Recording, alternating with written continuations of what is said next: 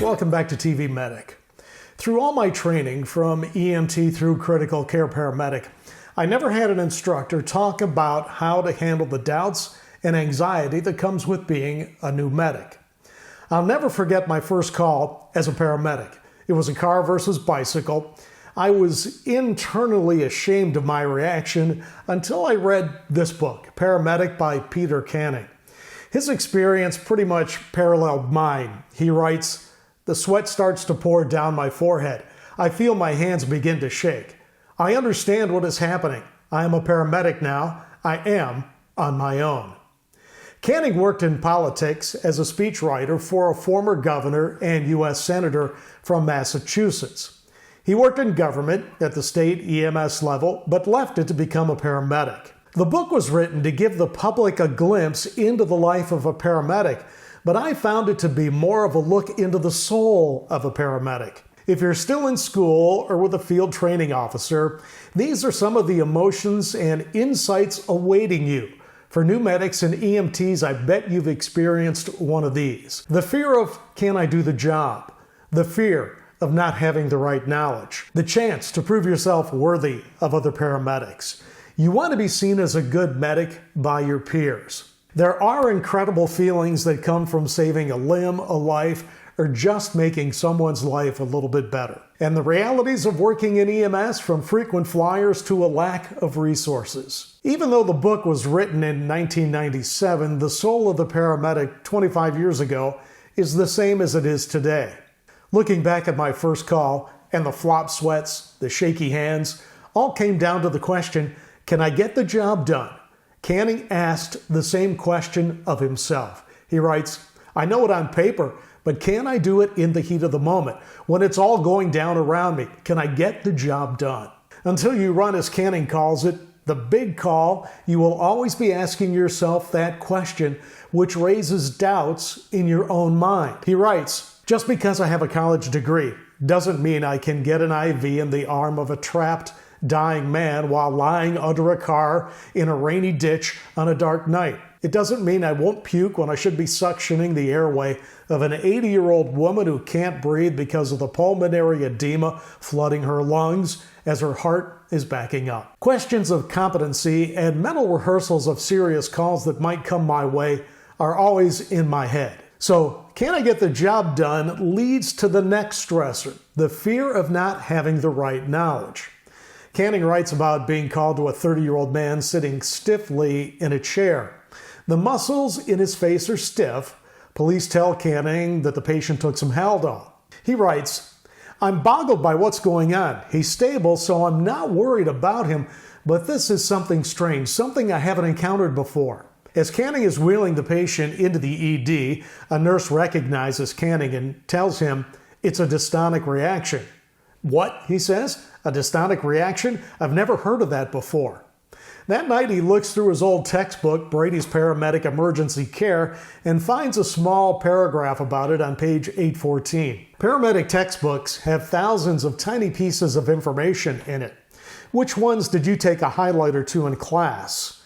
Why that fact and not the one in the next paragraph or page? It's not knowing what fact you'll need out of this book that heightens the fear of not having the right knowledge. I get back into the ambulance after a call feeling depressed, Canning writes, and wonder how many more calls lie ahead that I will not know the answer to. I ask myself a similar question each time the tones drop.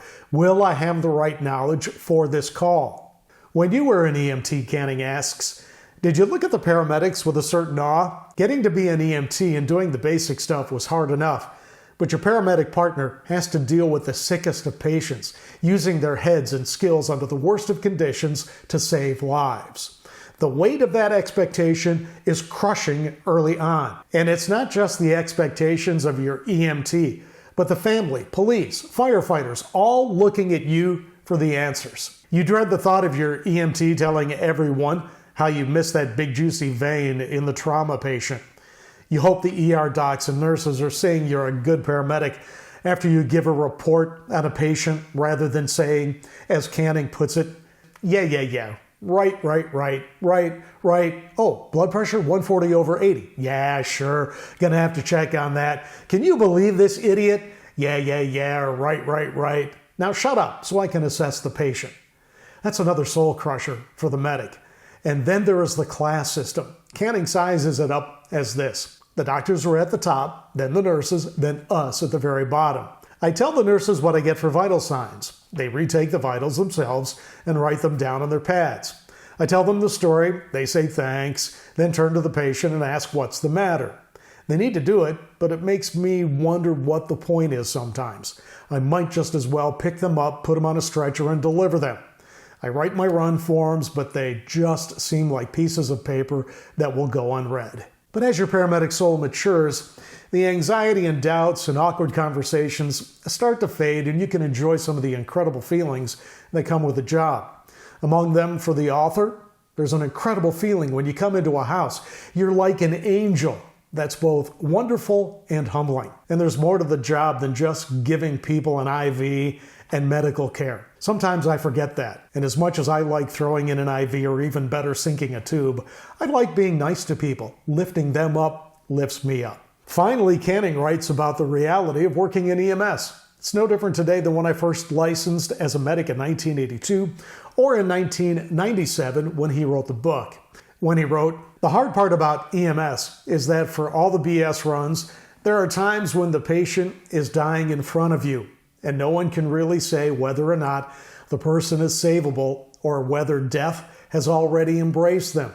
You have to believe they are savable, and you do your best, but unlike on TV, where only occasionally they lose, you almost always lose, and that is never easy. The consequences of your actions are inescapable." Clearly, people with small cuts don't need an ambulance, nor do people with runny noses. They should be made to appreciate the cost in some way, instead of taking it as a right. And the stress of the job?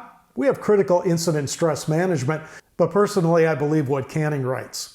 Whether you're a doctor, a nurse, or a medic, the bad calls stay with you, and nothing anyone says can make them go away. You have to deal with them yourself, alone. So why do we do it? How long do we carry on? Canning says he wanted to stay with EMS until he could say that he made a difference. That because of me, someone walked and breathed and lived and loved who would not have. That's the soul of being a paramedic. We've looked at the soul of the paramedic, but in my next book review, we'll explore the emergency mind. Thanks for watching, and be sure to like and subscribe.